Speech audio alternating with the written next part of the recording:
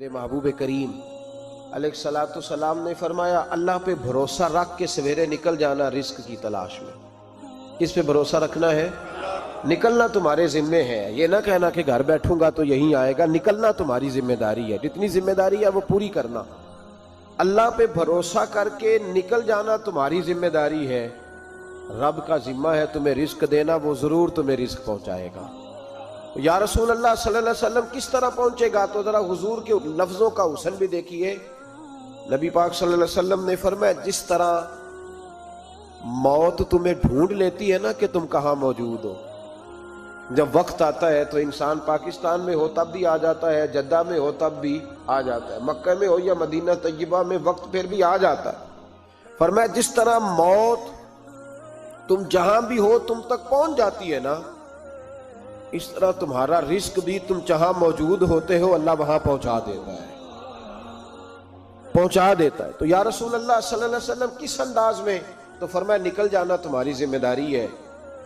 فرمایا سویرے پرندے بھی نکل جاتے ہیں اور شام کو جب لوٹتے ہیں تو اللہ انہیں پیٹ بھر کے روزی عطا فرماتا ہے، حالانکہ ان کو نہیں پتا ہوتا ہمارا کارخانہ کہاں ہے، ہم نے کہاں جا کے مزدوری کرنی ہے، ان کو نہیں پتا ہوتا کہ ہمارا دفتر کہاں ہے، ہم نے کس آفس میں بیٹھنا ہے، ان کو نہیں پتا ہوتا کہ ہم نے کہاں جا کے مال خریدنا ہے اور کہاں سے ہم نے پھر اس کو دوبارہ بیچنا ہے، انہیں خبر نہیں ہوتی۔ اللہ پہ بھروسہ کر کے نکل جاتے ہیں۔ نکلنا تو تیرے ذمہ ہے کہ نہیں؟ فرمایا وہ تو ڈیوٹی کر، شام کو اللہ جو رب پرندوں کو روزی دیتا ہے وہ تجھے بھی عطا فرمائے گا۔ ایک بات اپنے ذہن میں یاد رکھ لیں، رٹ لیں کہ جو میرے لیے بہتر تھا میرے رب نے مجھے دے دیا، تو بات ختم ہو گئی۔ بس وصل اچھا ہے نہ فراق اچھا ہے، یار جس حال میں رکھے وہی حال اچھا ہے۔ بس جو میرے حق میں بہتر تھا میرے رب نے مجھے، مسئلہ یہ ہے کہ تو اس پہ راضی ہونے کو تیار نہیں۔ حضرت علی کرم اللہ تعالیٰ وجہ الکریم نے میرے نبی پاک کی ایک حدیث بیان کی ہے، اور جناب علی جب یہ حدیث بیان کیا کرتے تھے تو حضرت مجاہد فرماتے ہیں یوں لگتا تھا کہ جیسے حضرت علی ہمیں ہر پریشانی سے نکال رہے ہیں۔ مولا علی شیر خدا رضی اللہ تعالیٰ عنہ فرماتے ہیں کہ مجھے میرے نبی پاک صلی اللہ علیہ وسلم نے ایک طریقہ دیا تھا ٹینشن فری ہونے کا۔ آپ فرماتے ہیں مجھے تو بڑا راس آیا ہے، تم بھی اگر کر لو گے تو تمہیں بھی فائدہ دے گا۔ کہا وہ کیا؟ حضرت علی کہنے لگے محبوب علیہ السلام نے فرمایا تھا لوگوں تم اللہ کے دیے ہوئے تھوڑے رزق پہ راضی ہو جاؤ، وہ تمہاری تھوڑی عبادت سے تم سے راضی ہو جایا کرے گا۔ بس تم 2 نفل بھی پڑھو گے تو اللہ راضی ہو جائے گا، تم 1 رکوع بھی سویرے اٹھ کے پڑھو گے تو وہ راضی ہو جائے گا، وہ تمہارے 313 درود شریف سے راضی ہو جائے گا، تم اس کے دیے ہوئے تھوڑے رزق سے راضی ہو جاؤ۔ ٹینشن اس لیے ہوتی ہے کہ ہم راضی نہیں جو اس نے ہمیں دیا ہے۔ وہ حل میں مزید کی جو دوڑ ہے نا، حل میں مزید کی، بے قدرہ کچھ قدر نہ جاتی، کیتی خوب تسلی ہو، دنیا دار پجاری زردے، کتیاں دے گل ٹلی ہو، بک بک روشن اکھیاں تکیو ویک حویلی کلی ہو، تے کوچ نصیر اساں جد کیتی پہ جانی تھر تھلی ہو۔ تو یاد رکھیں یہ جو ہے نا مصیبت کے مال آ کیوں نہیں رہا، وہ سامنے والا پلاٹ میرے گھر کے سامنے ہے گھر کے سامنے، پر رجسٹری میرے نام کیوں نہیں؟ یہ مصیبت سانس نہیں لینے دیتی۔ موٹر سائیکل کھڑی کرتا ہے نا جب آ کے دکان سے روٹی کھانے آتا ہے، دفتر سے گھر آتا ہے، کاروبار سے آتا ہے، تو جہاں موٹر سائیکل کھڑی کرتا ہے وہ ٹینشن بڑی ہے کہ کبھی میری ہو جائے نا یہ والی جگہ بھی، تو میں یہاں بھی بورڈ لگاؤں اپنے نام۔ اس نے مالی پریشانی پیدا کی۔ تو جس حال میں ہے، کیونکہ تو نے اپنا یہ حال خود نہیں بنایا، جس نے بنایا ہے وہ بڑا بہتر جانتا تھا کہ تو اسی حال میں اسے اچھا لگتا ہے۔ تو اسے اسی حال میں، ایک بزرگ تھے تو ان کی طبیعت بڑی علیل ہو گئی، بیمار ہو گئے، تو اللہ نے آزمائش دی تو کیڑے پڑ گئے وجود میں۔ ایک کیڑا یہاں سے کھا رہا تھا، اللہ والے بڑے راضی رہتے ہیں اس کی رضا پہ، تو کیڑا یہاں کھا رہا تھا تو نیچے گر گیا، تو بابا جی نے اٹھا کے پھر وہاں رکھ لیا، کہنے لگے جب اس نے تیری ڈیوٹی مجھے کھانے کی لگائی ہے تو میں اس بات پہ راضی ہوں، تو نیچے کیوں گرتا ہے؟ بس ٹھیک ہے کھا، جب اس نے تجھے ڈیوٹی جو تیری لگائی ہے۔ سالبہ بن عبد الرحمن ایک صحابی تھے، سالبہ غالباً، نبی پاک صلی اللہ علیہ وسلم کی خدمت میں آئے، کہنے لگے یا رسول اللہ صلی اللہ علیہ وسلم غربت بڑی ہے، میرے لیے دعا کریں اللہ زیادہ مال دے۔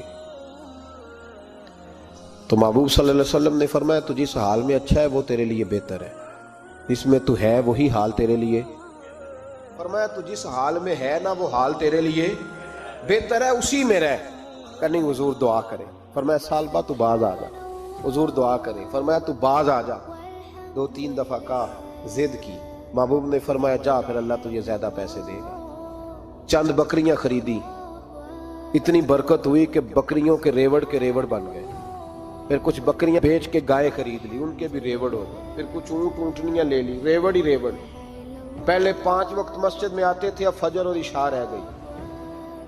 پھر مال زیادہ ہوا تو مدینے شہر میں کوئی جگہ ہی نہیں، مدینے سے باہر حویلی خریدی، پھر جمعہ ہی رہ گیا، جمعے کے جمعے آتے۔ زکوٰۃ کا حکم آیا، میرے نبی کریم علیہ السلام نے حضرت ابو ہریرہ کو بھیجا، فرمایا جا اسے کہہ تیری زکوٰۃ بنتی ہے 2.5%۔ سالبہ کے پاس حضور نے پیغام بھیجا، پہلے تو کہا تیرے لیے بہتر نہیں مال، جب اصرار کیا تو بڑی برکت ہو گئی، بڑا آیا تو فرمایا زکوٰۃ دے، 2.5% زکوٰۃ ہے۔ اب جب سوچا کہ 5 اونٹوں پہ ایک بکری جائے گی اور بڑا سارا مجھے دینا پڑے گا، اب جب غور کیا تو یہ تو نہ کہا کہ میں نہیں دیتا۔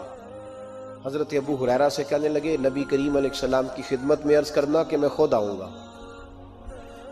حضرت ابو ہریرہ نے آ کے عرض کی یا رسول اللہ صلی اللہ تعالی علیہ وسلم، حضور وہ کہتے تھے میں خود آؤں گا، تو کہتے ہیں محبوب نے ٹھنڈی سانس لی، فرمایا اسے کہا تھا کہ تیرے لیے مال بہتر نہیں، اب ہلاک ہو گیا، ہائے افسوس ہلاک ہو گیا۔ ان کو بھی تھوڑی دیر کے بعد احساس ہوا کہ یہ میں نے کیا کیا، نبی پاک کو ہی کہہ دیا نہیں ہے، حضور کو کہہ دیا بعد میں آؤں گا۔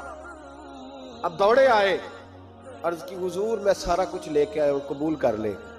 محبوب نے فرمایا گویا بلال حبشی کی خشک کھجور بھی قبول ہے، اور صہیب رومی ایک اٹی بان کی لائے تو وہ بھی قبول ہے، اور عمار بن یاسر اور مصعب بن عمیر اگر 2 دینار دے جائیں اور کوئی پرانا جوڑا کسی سپاہی کے لیے چھوڑ جائے تو وہ بھی قبول ہے، لیکن تو اپنا لاکھوں لے کے چلا جا، تیرا کوئی نہیں قبول، معاف کر دیں۔ فرمایا جا معاف کیا، پر پیسے لے کے نہ آنا۔ اگلے سال پھر آئے، بندے ہوئے ہاتھ ہیں، محبوبہ میں دولت کا کیا کروں گا، آگ لگانی ہے، قبول کر لے۔ فرمایا تو لے جا، تیرا نہیں قبول، گرا جو ان کی نگاہ سے وہ سنبھل نہیں سکتا۔